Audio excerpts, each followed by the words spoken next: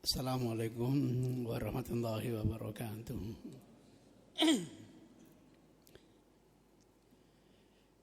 Innal hamdalillah nahmaduhu wa nasta'inuhu wa nastaghfiruh wa na'udzu billahi min shururi anfusina wa min sayyiati a'malina. May yahdihillahu fala mudilla lahu wa may yudlil fala hadiyalah. Wa nusalli wa nusallim ala rasulil karim wa ala alihi wa sahabatihi wa man ihtada bihadi ila yaumiddin, amma ba'du. Saya diminta untuk memaparkan tentang hadis salat berjamaah. Kalau kita hidup di Mekah pada zaman Rasul masih dakwah sirri dan dakwah jahri, nyaris kita belum bisa menikmati sholat berjamaah. Baru bisa itu kita harus naik gunung yang tinggi, kumpul di rumah Arqam, dikenal dengan Darul Arqam. Baru kita tidak diganggu dan kita punya bodyguard sehingga bisa kita menjalani untuk sholat berjamaah. Uji coba Rasul sholat sendiri di Masjidil Haram. Tokoh-tokoh kafir Quraisy itu kayak Pimpa. Siapa yang berani meletakkan kotoran unta, uri unta di pundak Muhammad ketika dia sujud nanti. Dan berani-beraninya Abdullah bin Mu'aid, aku yang akan melakukannya. Dan benar. Begitu Rasulullah sujud, kotoran unta itu diletakkan di pundak Rasulullah sallallahu alaihi wasallam. Kondisi sangat memprihatinkan dan tampaknya sulit kita untuk melaksanakan sholat berjamaah.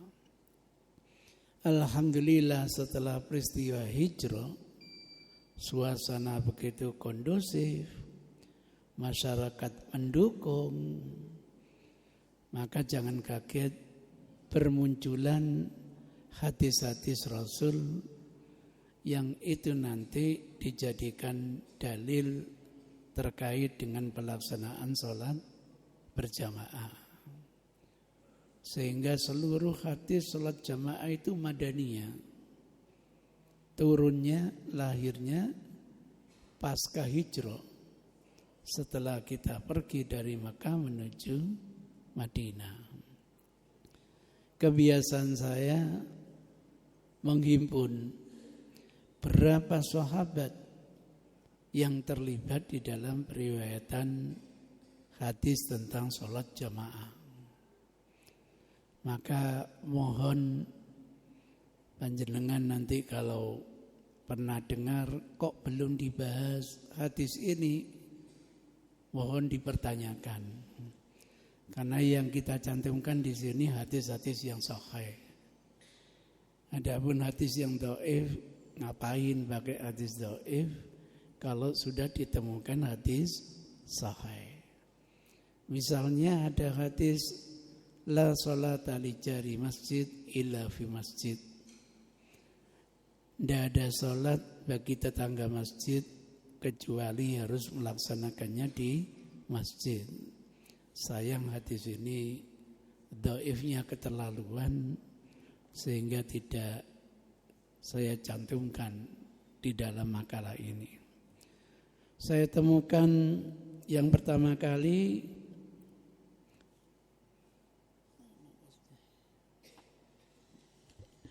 enggak kelihatan. Yang pertama kali adalah hadis Abu Hurairah. Nanti yang kedua kali mosnya enggak kelihatan ini. Mos saya kok enggak kelihatan. Oh, ini dia. Adalah hadis Abu Hurairah juga. Nah, yang ketiga kali ada hadisnya Abdullah bin Mas'ud. Yang 4 ada hadisnya Ibnu Abbas. Yang kelima adanya hadisnya Malik bin Khuairis. Yang keenam ada hadisnya Abu Darda. Yang ketujuh ada hadisnya Mahmud bin Rabi'. Yang kedelapan ada hadisnya Abu Musa al-Asy'ari. Dan yang kesembilan hadisnya Ubay bin Ka'ab radhiyallahu taala anhum. Itu yang saya temukan, dan pasti masih ada yang belum saya temukan. Misalnya hadis yang pertama, Masya Allah kok enggak kelihatan. Hadisnya Abu Hurairah, anna Rasulullah sallallahu alaihi wasallam qala, bahwa Rasulullah bersabda, walladzi nafsi biyadi, demi yang jiwaku dalam genggaman tangannya. Tidak mungkin Rasul bersumpah seperti ini kecuali permasalahannya yang sangat serius. Laqad hamamtu, sungguh aku menginginkan, himma itu berkeinginan, an amura, untuk saya perintahkan, bihatobin, menghimpun kayu-kayu bakar, fayuhtoba, untuk bisa dinyalakan, untuk bisa membakar. Suma kemudian amura bisolat, saya perintahkan untuk melaksanakan sholat. Fayu'adzin laha, kemudian dikumandangkan azan untuknya, untuk sholat itu. Summa kemudian amur, aku perintahkan, rajulan, seseorang, ya ummun nasa, yang bertindak mengimami umat. Summa ukhalifu, dan aku akan berpaling, ila rijalin, menuju orang-orang, fa'ahraka, aku bakar, alaihim, atas mereka, buyutahum, rumah mereka, gara-gara mereka tidak hadir di dalam sholat apa? Jamaah. Ini warning yang luar biasa. Sehingga orang-orang munafik itu terpaksa pergi ke masjid. Bedanya kalau kita karena keikhlasan, mereka itu karena kesel gitu. Biar aman dari sanksi Rasulullah sallallahu alaihi wasallam. Walladzi nafsi biyadihi, demi yang jiwaku di tangannya. Lau ya'lamu ahadukum, sekiranya seorang kalian tahu, annahu, bahwasanya dia yajidu, akan mendapatkan arokon saminan, daging yang gemuk, yang empuk ya. Mungkin daging lulur dalam mungkin ya. Au mirmataini hasnataini, ini biasanya sukanya Rasul itu pahanya kambing itu, yang betul-betul bagus, yang betul-betul lezat. La syaidal isya, tentu yang bersangkutan akan hadir untuk mengikuti jamaah sholat isya. Kalau tahu, karena pahalanya tidak ditunjukkan, malas. Itu ceritanya hadis yang pertama. Hadis yang kedua dari Abu Hurairah pada kasus yang lain. Ana atan nabiyya, mendatangi kepada Nabi sallallahu alaihi wasallam rajulun a'ma, orang yang buta. Ini bahasa Arab memang begitu. Kalau bahasa kita, orang buta menghadap kepada Rasul. Faqala, seraya berkata, ya Rasulullah, wahai Rasulullah, innahu, sesungguhnya, laisa li, aku ini tidak mempunyai qaid, orang yang menuntun, guide.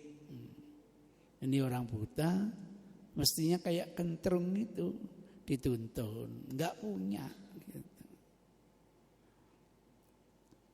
Yaquduni ilal masjid, yang menuntun saya pergi menuju masjid. Alasannya buta. Fasala Rasulullah sallallahu alaihi wasallam, lalu dia meminta kepada Nabi ayyurakhas lahu, untuk diberi rukhsah, keringanan, lahu baginya, tentu agar tidak terkena sanksi dibakar rumahnya, agar tidak berdosa kalau tidak ikut jamaah. Rukhsahnya seperti itu, karena tidak ada penuntun baginya. Maka apa? Fayusalliya ila baitihi, cukup orang buta ini bisa sholat di rumahnya sendiri, tidak pergi ke masjid. Farakhasalahu, maka Rasul memberi rukhsah. Maklum, orang buta, tidak punya pemandu, tidak punya guide, jangan-jangan rumahnya jauh gitu. Apalagi kalau kita hidup sama Rasul, Madinah ini hutan belantara. Di hadis-hadis yang lain nanti banyak binatang buas. Wabil khusus akrab, kalau jengking kau gede-gede. Sekali nyokot wassalam deh. Belum ularnya. Belum genangan kubangan air. Maklum kita di hutan belantara. Maka wajar kalau Rasul memberi rukhsah, ya sudah, silakan sholat di rumah, tidak berjamaah di masjid. Falamma walla, ketika orang buta ini pulang, bepergian untuk pulang, dipanggil lagi oleh Rasul. Kemari, wahai orang buta. Faqala, kemudian Rasul bertanya, hal tasma'un nida' bisalah, tapi kamu dengar enggak seruan adzan untuk sholat? Qala, orang buta itu menjawab, na'am, iya ya Rasul, saya dengar. Oh, berarti rumahnya enggak jauh ini. Qala fa'ajib, kalau gitu hadirilah. Masya Allah, kondisinya seperti ini. Punya udzur yang menurut kita wajar kalau dia diberi kemudahan untuk tidak pergi ke masjid. Kita udzur buta, enggak, kendaraan lengkap, panas ya bisa pakai payung, bahkan mobilnya ber-AC. Kalau kita yang datang kepada Rasul, saya rasa tidak ada rukhsah bagimu, mungkin gitu. Itu ceritanya, dan hadis ini selalu saya beri takhridnya. Kalau yang di atas itu dikeluarkan ini begitu, kalau di bawah juga selalu begitu. Barangkali panjenengan ingin memverifikasi atau meyakinkan punya buku aslinya, monggo. Tapi kalau tidak cocok, mohon jangan komplain terlebih dahulu. Kenapa tidak cocok? mungkin saya salah nulis, bisa jadi. Atau mungkin penomoran buku panjenengan tidak sama dengan penomoran buku yang saya gunakan. Karena setiap verifikator mempunyai penilaian penomoran yang berbeda-beda. Sehingga kalau saya ditanya berapa jumlah hadis Sahih Bukhari, tergantung verifikatornya. Ada yang jumlahnya hanya 9.008, tapi ada yang jumlah terakhirnya 9.226. Bahkan ada yang 9.697. Kok bisa berbeda-beda, bukunya sama? Karena perbedaan dalam cara memverifikasi. Kadang satu hadis punya 2 sanad, 3 sanad. Ada yang menghitung 1, ada yang menghitung 2 atau 3. Kadang hadis itu mu'allaq, dinilai ada nomornya. Yang lain tidak memberi nomor. Macam-macam cara memverifikasi sebuah buku. Karena Imam Bukhari sendiri tidak pernah memberi penomoran terhadap bukunya sendiri. Kira-kira begitu. Bisa dibayangkan sekarang ada orang udzur menurut kita, udzur syar'i, gara-gara masih mendengar suara adzan supaya hadir ke masjid. Tuh hadis-hadisnya cukup banyak, adapun ayat untuk pelengkapannya misalnya innama ya'muru masajid. Siapa lagi yang akan memakmurkan masjid ini kalau bukan kita semua? Kemudian ada ayat yang lain yang paling menggigit adalah yang terakhir, warka'u ma'arroki'in. Rukuklah bersama teman-temanmu yang sedang rukuk ini. Tapi jangan dipelintir, merokoklah bersama temanmu yang sedang merokok. Tapi rukuklah sama dengan teman-temanmu yang sedang rukuk. Maksudnya ayo rame-rame melaksanakan rukuk bersama. Maksudnya tentunya sholat bersama, sholat secara berjamaah. Bahagianya nanti fadilahnya dilipat gandakan oleh Allah Subhanahu wa ta'ala. Ada kelipatan 25 kali, ada kelipatan sampai 27 kali. Ada kasus yang menarik. Seorang kiai ini pernah dinasihati oleh umatnya sendiri untuk diajak sholat jamaah. Ini ceritanya. Mestinya kan kiai yang mengajak umatnya sholat jamaah. Ini kebalik. Jadi umatnya ini mengajak kiai untuk sholat jamaah. Enggak terima kasih, marah-marah. Ungkapannya menarik sekali. Walaupun aku tidak berjamaah, insya Allah pahalaku gak kalah ambek pahala sampean. Ngono jadi. Ya kita kan tidak tahu pahala yang kita gapai berapa. Saya bilang kepada jamaah ini, terus sampai ngomong, ya tidak bisa ngomong Ustaz saya, Ustaz. Oh gitu. Gini, oke lah, pahala saya mungkin hanya 1.000. Pahala sampean sholat sendiri itu 1 juta atau 1 miliar misalnya. Karena saya sholat mungkin kurang ilmu, sampean sholat dengan ilmu, saya yakin pahala sampean lebih besar dari pahala saya. Misalnya begitu.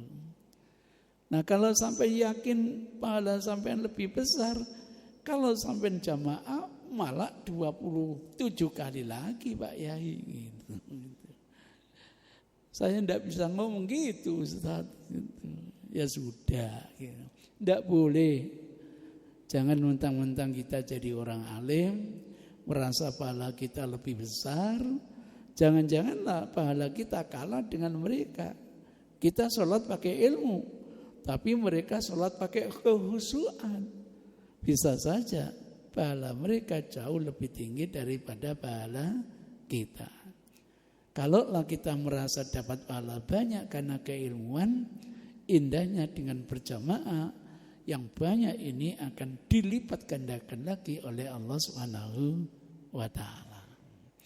Monggo yang ingin interupsi tanya silakan. Monggo.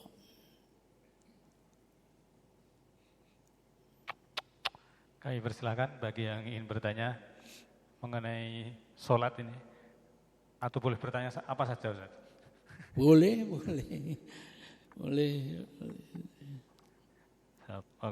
Monggo, silakan.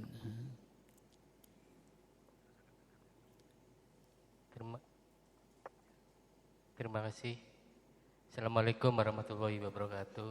Waalaikumsalam warahmatullahi wabarakatuh. Pak Ustadz Zainuddin, yang saya tanyakan terkait sholat berjamaah ini, apakah sholat berjamaah yang tepat waktu, Pak Ustadz? Kadang-kala kita di jalan sehingga tidak sampai waktunya saat sholat adzan dikumandangkan. Begitu Ustaz. Terima kasih. Assalamualaikum warahmatullahi wabarakatuh. Waalaikumsalam warahmatullahi wabarakatuh. Memang garis besarnya itu sebaik-baik sholat dikerjakan di awal waktu.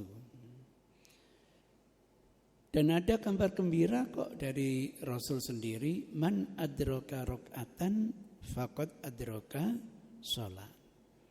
Misalnya durasi zuhur ini katakanlah kasar-kasarannya misalnya jam 12 sampai jam 3 misalnya. Indah kalau kita bisa berjamaah jam 12-nya, yakni di awal waktu. Tapi Rasul menjanjikan kita sholat zuhur berjamaah misalnya mendekati jam 3. Begitu kita sholat 1 rakaat, manjing waktu asar, sah sholat kita.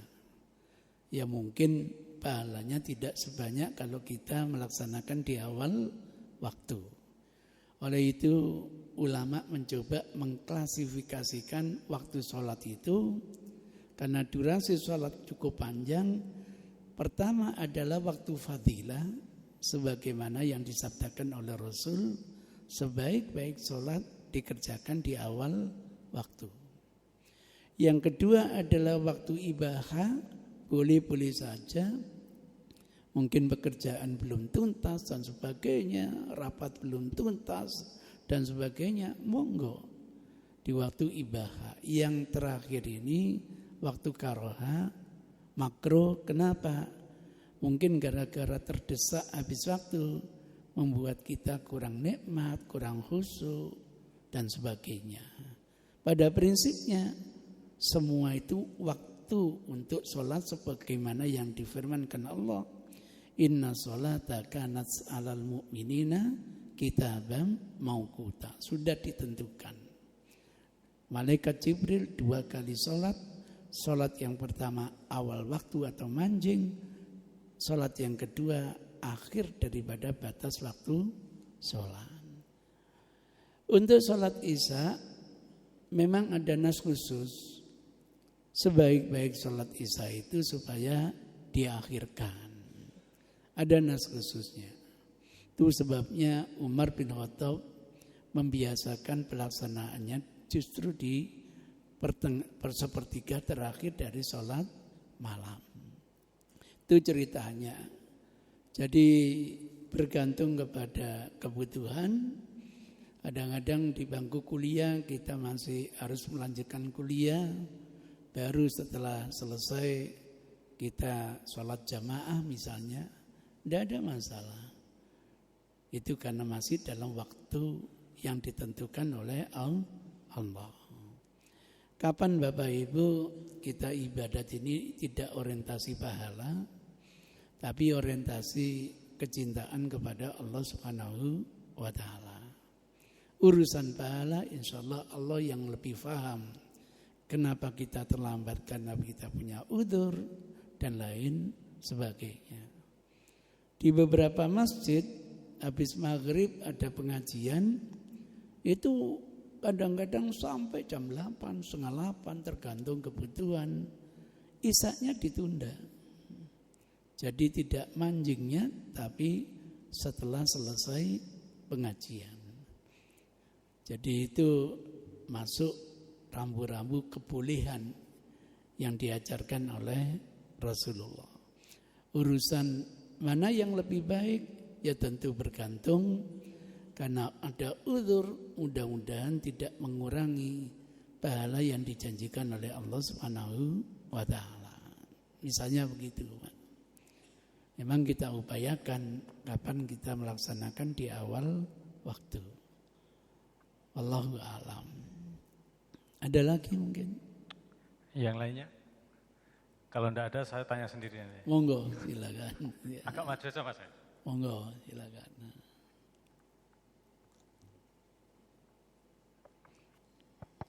Halo. Assalamualaikum warahmatullahi wabarakatuh. Waalaikumsalam. Ustaz, izin bertanya terkait sholat jamaah. Nah, tadi kan dijelaskan bahwasanya orientasinya sholat jamaah itu salah satunya adalah karena pahala. Nggih. Tapi kalau sama itu dibalik gimana? Jadi orientasinya sholat jamaah itu karena tidak pede. Tidak apa, Pak? Tidak pede. Apa itu maksudnya? Tidak pede untuk sholatnya diterima. Soalnya kan biasanya kita sholat mikirin apa, jemuran atau mikirin uang kayak gitu. Iya. Tapi kan ada salah satu pendapat yang menyebutkan bahwasanya kalau itu ada dalam satu sholat jamaah itu insya Allah itu ada satu orang yang akan diterima sholatnya dan itu akan mempengaruhi semuanya. Itu bagaimana? Terima kasih. Saya kok belum pernah dapat tuntunan seperti itu ya gitu. Saya teringat mendengarkan seorang mubaligh, sholat jamaah itu seperti wisata gitu. Bagaimana gambaran wisata? Satu, niatnya harus sama. Ini disampaikan di Watu Kosek.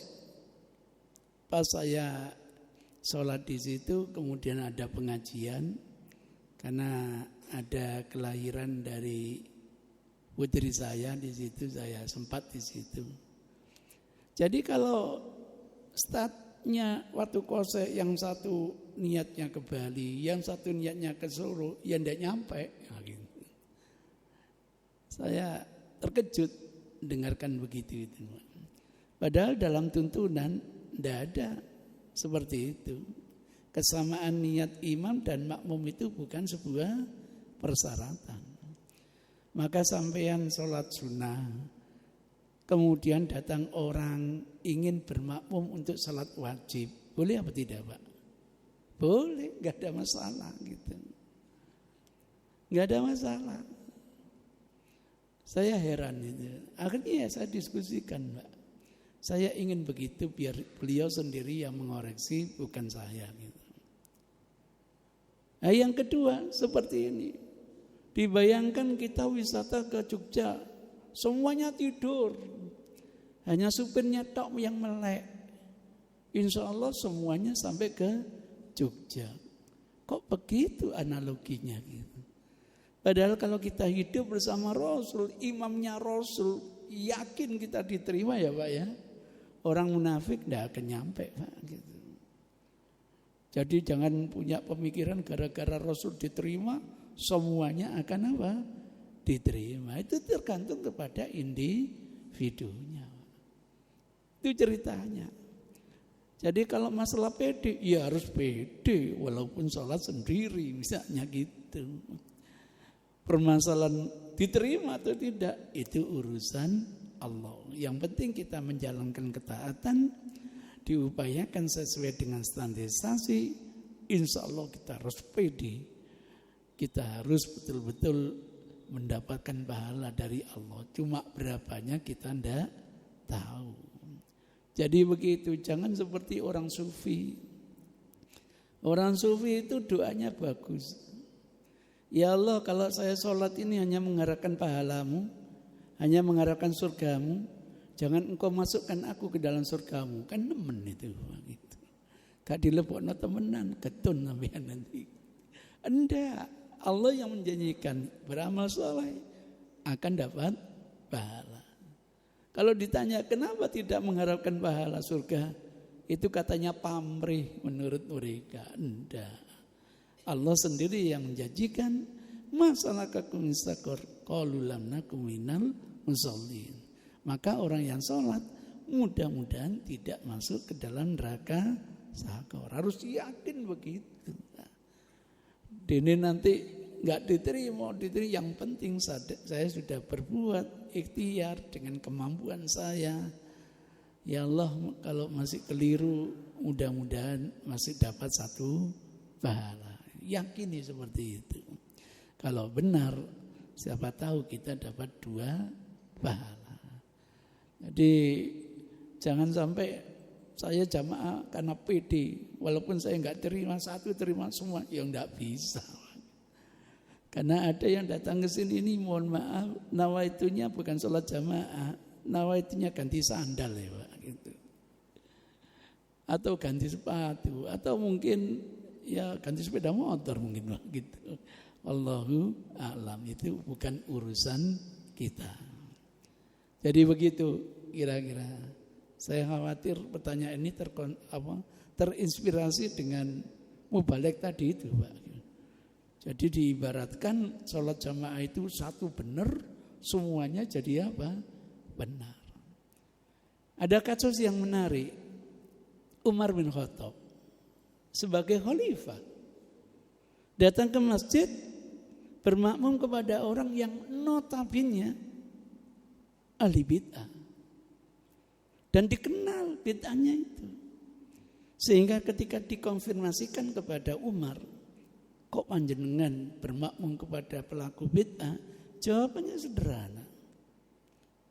Bagi kita adalah pahala jamaahnya.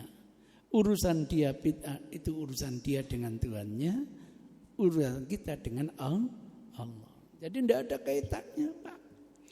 Jadi siapapun layak untuk dijadikan imam.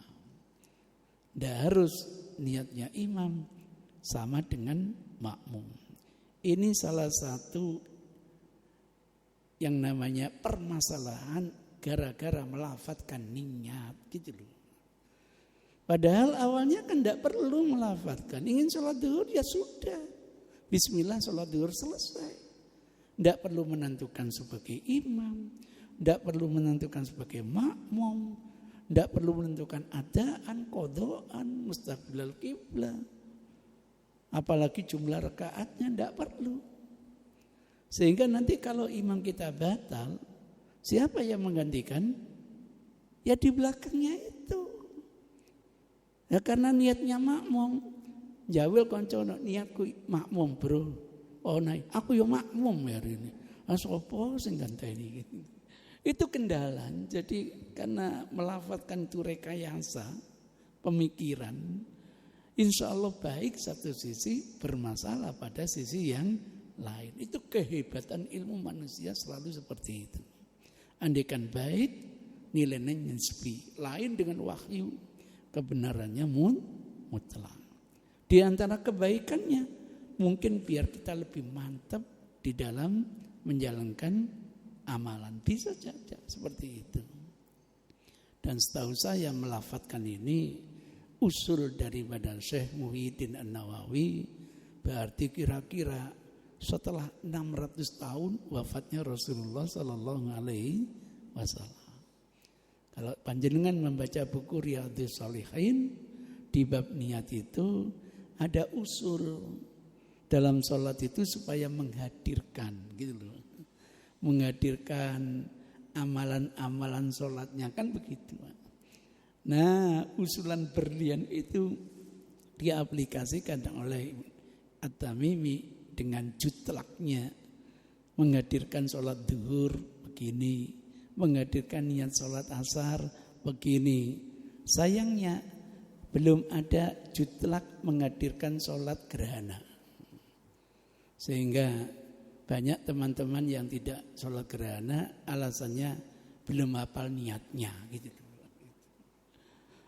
Saya karena dimui sering gojlok-gojlokan. melafatkan sholat gerhana itu piye? Pak Yai balas bertanya, sholat gerhana itu bahasa Arabnya apa ya? Masya Allah gitu. Ini Pak Yai nyandani santrinya gitu. Kalau gerhana bulan kan khusufus qamar. Kalau gerhana matahari khusufus syam. Oh iya. Usolli sunnata kusufu samsi meneng nih. Besok lanjutkan. Kenapa? Enggak ada cutraknya maksudnya. Padahal harus diterangkan ada 4 kali ruku, 4 kali i'tidal. Ya apa jarane? Ya karena niatnya ndak hafal. Diundang sholat gerhana gak teko. Sebab kata Pak Yai kalau niatnya keliru amalannya batal. Timbangane beramal batal mendingan ke amal gitu. Itu ceritanya.